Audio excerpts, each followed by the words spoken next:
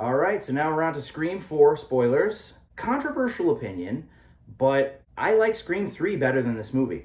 I know that Scream 4 is, technically speaking, a better movie. It's a better made movie. I feel that it totally screws over the trilogy dynamic of the whole thing. Like, I understand the time that it was made, that it's supposed to be about remakes because, and even, the Culkin brother says in that movie, it's all they'll greenlight these days.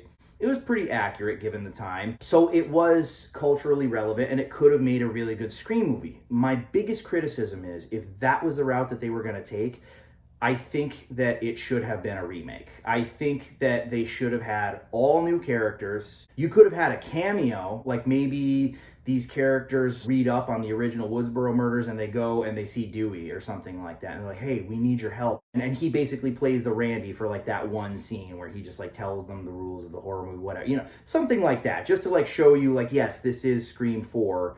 But what I said in the previous videos, first Scream, perfect representation of a slasher film. Scream 2, perfect representation of a sequel. Scream 3, almost perfect like depiction of a trilogy. Like they really, really resembled what they were supposed to be. This one did not. It didn't feel like a remake. It felt like a Scream sequel. I would have done it completely different. I would have had a completely different cast. Also, I didn't particularly find the killers all that fascinating at all, really. And I'm sorry, there's something that they do in this movie that they started to do in this movie that got even worse with the next one, but it's like, how tall is that Culkin brother? I mean, I'd be goddamned if that dude is like 5'5". Like, how does he grow to like 6'2" when he's in the goddamn costume? How does that happen? The other thing is they introduce like all these new characters and then they just freaking kill them all. I mean, there's some, theories out there that Kirby might still be alive, and I bet she probably is. You didn't actually physically see her die, so, it's like the whole Dr. Gordon thing. I think that when they do Scream 6, they'll probably, hey, surprise, she's still alive. Ooh, such a surprise. Despite the fact that this movie has a lot of flaws for me, I definitely don't hate it. The writing is good, and it is entertaining.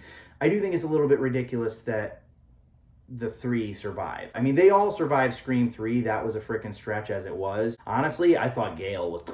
But, I mean, I was kind of happy they didn't kill her because, again, I like the whole Dewey and Gail riding off into the sunset thing. It's well written. It is still clever. It is still entertaining. And somebody pointed this out to me in a previous video. He actually suggested that I give Scream 4 a rewatch. This was the last Scream movie that really poked fun at Hollywood. A lot of the tropes that they bring up about, like, basically in order to survive a horror movie, you have to be gay. They were on top of it culturally, like with the change of the times. Because, and I mean, like, I would even say this was before its time, really. Because it's only gotten worse. Like, it was really like all that like woke shit. Like, it's not about like the puritanical like virgin surviving the horror movie anymore. Now it's like, if you're diverse, then you're more likely to make it through to the end. And it's like, I never really fully picked up on that. And as time has passed and going back and watching it now, I do firmly appreciate that. I just really wish that they had made some different choices with the film's execution. I really wish that they had spent more time with the new characters and less time with the 3.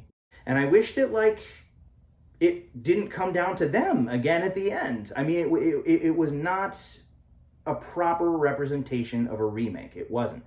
It was terribly, terribly flawed movie. And I feel bad saying that because I believe it was Wes Craven's last film. But again, man, it's not like it was horrible. It was a hell of a lot better than My Soul to Take, I could tell you that. I think it could have been better, and from 1 to 4, this is my 4th favorite. And that's all she wrote.